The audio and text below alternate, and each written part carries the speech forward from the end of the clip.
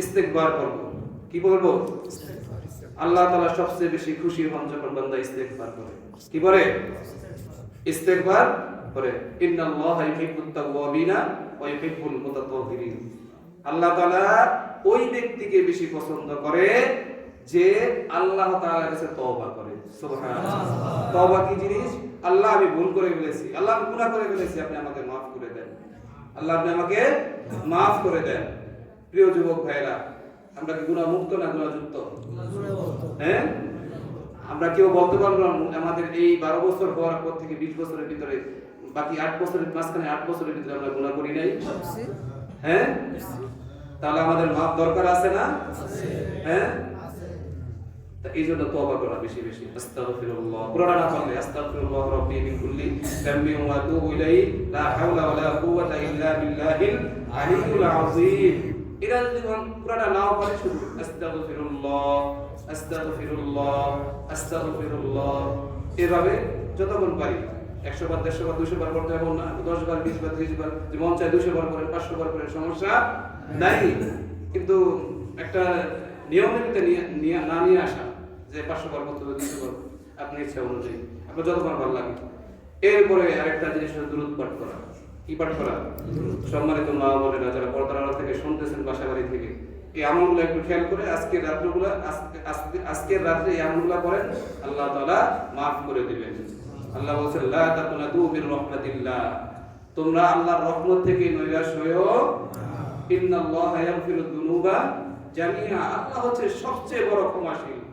আল্লাহ হচ্ছে সবচেয়ে বড় ক্ষমাশীল। হাজ্জাজ বিন ইউসুফ অনেক বড় জালেম শাসক ছিল, অনেক বড় ভালো কিছু কাজ করছে, যেমন কোরআনের হরকত লাগাইছে। কোরআনে কি করছে? হরকত লাগাইছে এর আমলে, এর শাসন আমলে। এই হাজ্জাজ বিন ইউসুফ অনেক আলেমদেরকে ফাঁসি দিয়েছে, অনেক আলেমদেরকে হত্যা করছে।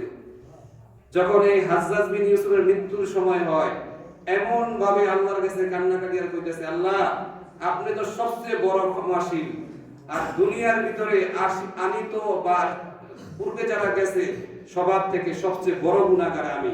আল্লাহ আপনি যে সবচেয়ে বড় ক্ষমাশীল এটার পরিচয় দিয়ে দেন, আমাকে মাফ কইরা।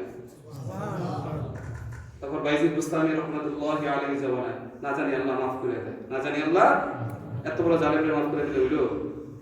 হ্যাঁ, ফেরাউনের মাফ পাইছিল? তো হাজ্জাজ বিন ইউসুফের মতো এত বড় জালেম যদি এই বলে দোয়া করতে পারে, আমরা পারবো না? মাফের দরজা মৃত্যুর আগ পর্যন্ত খোলা থাকবে, মাফের দরজা মৃত্যুর আগ পর্যন্ত খোলা থাকবে। তো এইভাবে আমরা আমলগুলা করব। যুবক ভাই, আমাদেরকে মানে ইতস্ততা বোধের কিছু নাই, আল্লাহর কাছে চাইতে নিজেকে ছোট মনে করার কিছু নাই, বড় মনে করতে হবে। আমরা মালিকের বান্দা। আমরা কার বান্দা? কোন যেন তেন দেবদেবীর উপাসনা করি না, কার ইবাদত করি? আল্লাহ। ইয়্যাকা না'বুদু ওয়া ইয়্যাকা নাস্তাঈন, এই মনে করে আল্লাহর কাছে মাফ চাইতে হবে। আপনারা হয়তো অনেকে শুনছেন এক আল্লাহর ওলির নাম, যার নাম ছিল মালিক ইবনে দিনার। মালিক ইবনে দিনার, তিনি ইরাকের কুফা নগরীতে বসবাস করতেন। এই ঘটনাটা আপনাদের জন্যই, আজকে ইয়াং জেনারেশন যারা আছে তাদের জন্য, তাদের উদ্দেশ্য করে এই উদ্ধৃতিটা দিতেছি। এই মালিক ইবনে দিনার অনেক বড় মদখোর ছিলেন। কি ছিলেন? মদখোর ছিলেন, মাদকাসক্ত ছিলেন। এমন মাদকাসক্ত ছিলেন যে এই শবে বরাতের রাত্রে ওই সময় শহরে সব দোকান বন্ধ, তারপরও তার মদ লাগবে। তারপর কি লাগবে? মদ লাগবে। তা কি করলেন? মদের দোকানে গেলেন, এক দোকানে গেলে ফেরত বন্ধ, আরেক দোকানে গেলে ফেরত ফিরিয়ে দিলেন, আরেক দোকানে বন্ধ করতেছে। এমন অবস্থায় যায় আকতি বিনতি করে হাতে ধরে পায়ে ধরে এক বোতল মদ লইছে। কয় বোতল? এখন তো রাস্তাঘাটে খাওয়া যাবে না, খাওয়া যাবো? আজকে সবাই নামাজে ব্যস্ত, সবাই জিজ্ঞাসা, সবাই একটা ধর্মীয় একটা পরিবেশের ভিতরে আছে। রাস্তাঘাটে খালি খারাপ দেখা যাবে। বাসায় নিয়ে আসছে। কোথায় নিয়ে আসছে? বাসায় নিয়ে আসছে। বাসায় নেওয়ার আসার পরে দেখতেছে স্ত্রী রুমের ভিতরে নামাজ পড়তেছে। কি করতেছে? তার স্ত্রী নামাজ পড়তেছে। তো তার তো আর পুরা মানে আকৃষ্ট হয়ে গেছে, মানে তার তো খাইতেই হবে। কোথায় খাবে, কিভাবে খাবে?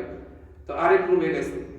আরেক রুমে যায়া টেবিলের উপরে মদের বোতলটা রাইখা সে এরকম ভাবে মানে প্রস্তুতি নিতেছে কি খাবে, শরাব পান করবে।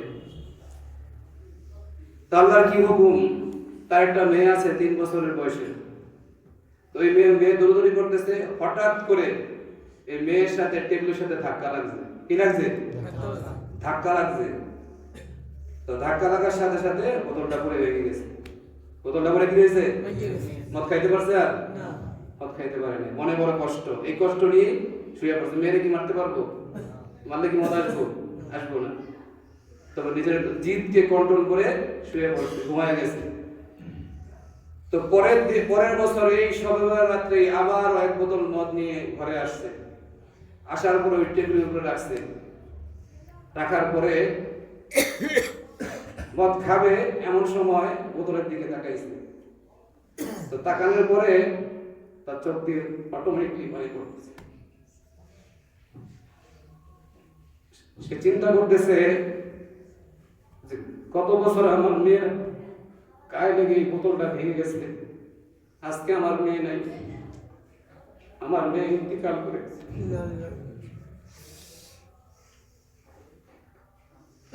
প্রিয় যুবক ভাইরা, একটু খেয়াল করে শুনবেন, ক্ষমার দরজা বন্ধ হয় নাই। সম্মানিত হাজিরিন, যেটা বলতেছিলাম, তো ওই সন্তানের কথা মনে পড়ছে যে কত বছর এই সময় দৌড়াদৌড়ি ফালাফালি করছে, সে আজকে জমিনে নাই, আল্লাহর কাছে চলে গেছে। আমি এই মদ খাবো না। এমন অবস্থায় ওই দিনকেও মদ না খেয়ে শুয়ে রয়েছে। তো শুয়ে থাকার পরে স্বপ্নে দেখতেছে তার পিছনে বিশাল বড় একটা সাপ দৌড়াচ্ছে তাকে। কাকে দৌড়াচ্ছে? এই শহরের সবচেয়ে বড় যে মদখোর মালিক ইবনে দিনার। সে দৌড়াইতেছে। তো সামনে এক বৃদ্ধর সাথে দেখা। বৃদ্ধ লোক, বাবার বয়সী বা চাচার বয়সী বা দাদার বয়সী। চাচা, আমাকে রক্ষা করেন, আমাকে এই সাপের হাত থেকে রক্ষা করেন। তখন ওই বৃদ্ধ বলতেছে, বাবা, আমি এতই দুর্বল যে সাপের সাথে আমি একলা লড়তে পারবো? এমন অবস্থায় আবার সামনের দিকে দৌড়াইতেছে। এক পর্যায়ে দেখে একটা বাড়ির ভিতরে কতগুলো বাচ্চারা দৌড়াইতেছে। তো বাড়িটা হচ্ছে একটা পাহাড়ের এক চূড়ায়।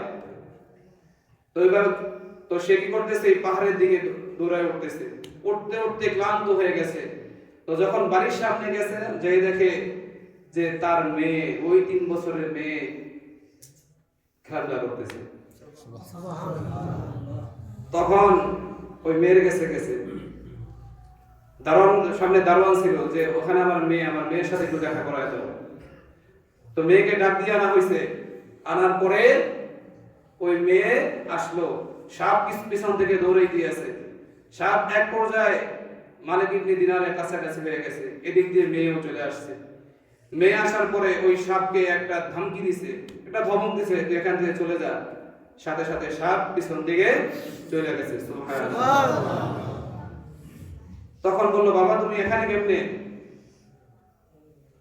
সন্তান জিজ্ঞেস, বাবা তুমি এখানে কেমনে?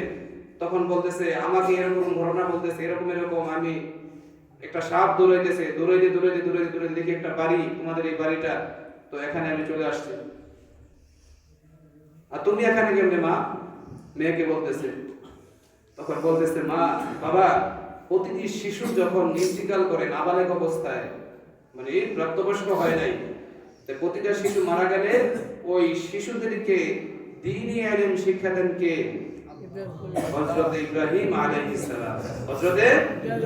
প্রতিটি সন্তানকে, এজন্য যাদের বাচ্চা মারা যায় ছোট থেকে, মানে হতাশ হওয়ার কিছু নাই। এই বাচ্চাকে দ্বীন শিখাবেন কে? হযরত ইব্রাহিম আলাইহিস সালাম। তো ইব্রাহিম আলাইহিস সালাম আমাদেরকে এরকম ভাবে দ্বীন শিখায়। তখন এই ঘটনার পরে বললো যে তোমাকে, বাবা জিজ্ঞাসা করলো, তোমাকে দেখা সাপটা কেন চলে গেল? তখন তিনি পুরাটার ব্যাখ্যা দিতেছে। এই সাপটাকে জানো বাবা? কয় না। এই সাপটা হচ্ছে তোমার নফস। যেই নফস যখন যেটা মন চায় সেটাই করো। এখন মন চাইতেছে আমি সিনেমা দেখবো, এটাই দেখবো। এখন মন চাইতেছে আমি গেমস খেলবো, মোবাইলে খেলবো, নামাজে রক্ত চলে যাইতেছে, এটাকে নফস বলে। এখন মন চাইতেছে আমি রাত্রবেলা যেই কয়টাই বাজো প্রজেক্ট করে যাব, একটু আড্ডা দিব, একটু বিভিন্ন জিনিস খাবো। এই খাওয়াটার নাম যেটা চাই সেটার নাম কি? নফস। এই নফসকে খোরাক দিতে দিতে, এই নফসকে খাওয়ান দিতে দিতে তুমি অনেক বড় করে ফেলছো। আজকে তোমার সেই নফস তোমাকে দৌড়াইতেছে। আর ওই যে বৃদ্ধ লোকটা দেখছো, ওই বৃদ্ধ লোকটা হচ্ছে তোমার কলব, তোমার আত্মা। এই কলবকে তুমি খোরাক দাও নাই। কলবের খোরাক কি? নামাজ, জিকির, ইবাদত। তুমি কলবের খোরাক দাও নাই। এই কলবকে খোরাক না দিতে দিতে আজকে কলব হয়ে গেছে বৃদ্ধ। যার দরুন ওই নফসের সাথে তোমার এই কলব পারে না, বৃদ্ধ হয়ে গেছে। তা বাবা তোমাকে দেখে যে সাপটা ভয়ে পালায় গেল, তখন মেয়ে উত্তর দেয়, কি উত্তর দেয় জানেন? উত্তর দেয়, বাবা আমি তো হচ্ছে জান্নাতি। আমি কি? আমি জান্নাতের বাসিন্দা। আর সাপ হচ্ছে জাহান্নামের একটা আযাবের একটা ধরন। তো জান্নাতীদের সাথে কখনোই জাহান্নামীরা পারে না। তো আমাকে দেখে এমনি ওই জান্নাতের আযাব, যেই আযাবের যে বস্তু, আমাকে দেখে এমনি বলা গেছে। সুবহানাল্লাহ। এরপরে স্বপ্ন ভেঙে গেল। এরপর কি ভেঙে গেল? স্বপ্ন ভেঙে যাওয়ার পরে এই যে একটা চেতনা ভিতরে আসছে, তা আমার দিকে তো খোলা আছে। তাহলে আমি আর আমার নফসকে খাওয়ান দিব না, আমি খাবার দিব কাকে? আমার কলবকে খাবার দিব। আলা বিযিকরিল্লাহি তাতমাইন্নুল কুলুব। ইন্নামাল মুমিনুনা আল্লাযীনা ইযা যুকিরাল্লাহু ওয়াজিলাত কুলুবুহুম ওয়া ইযা তুলিয়াত আলাইহিম আয়াতু। মুমিনদের অন্তর পরিষ্কার তাজা হয়, পরিতৃপ্ত হয় জিকিরের মাধ্যমে, কোরআন তেলাওয়াতের মাধ্যমে। কিসের মাধ্যমে? নামাজের মাধ্যমে। আজকে আমরা গাফেল হয়ে গেছি। আমরা অনেক সময় চিন্তা করি এই নামাজ পড়ে এক ওয়াক্ত করে কি হবে, দুই ওয়াক্ত করে। ভাই আপনি এক ওয়াক্ত দুই ওয়াক্ত দিয়ে শুরু করেন। মাফ করার মালিক কে? আল্লাহ। মাফ করার মালিক কে? আল্লাহ। আল্লাহ বলেন, কুল ইয়া ইবাদিয়াল্লাযীনা আসরাফু আলা আনফুসিহিম। হে নবী আপনি বলে দেন, যারা তোমাদের নফসের উপরে জুলুম করেছে, যারা তোমাদের নফসের খাহিশিয়াতের পিছনে পড়ে এই কলবের উপরে, নফসের উপরে জুলুম করেছো, লা তাকুনাতু বির রাহমাতিল্লাহ। তোমরা আল্লাহর রহমত থেকে নৈরাশ হইও না। আল্লাহ যে কত বড় রহমান, কত বড় দয়াবান, এর থেকে তোমরা নৈরাশ হইও না। তোমরা আল্লাহর কাছে চাও। আল্লাহ কিরকম ভাবে রহম করেছে দেখতে শুনবেন? বলবো ঘটনা একটা। হ্যাঁ, কিভাবে আল্লাহ রহম করে। রহম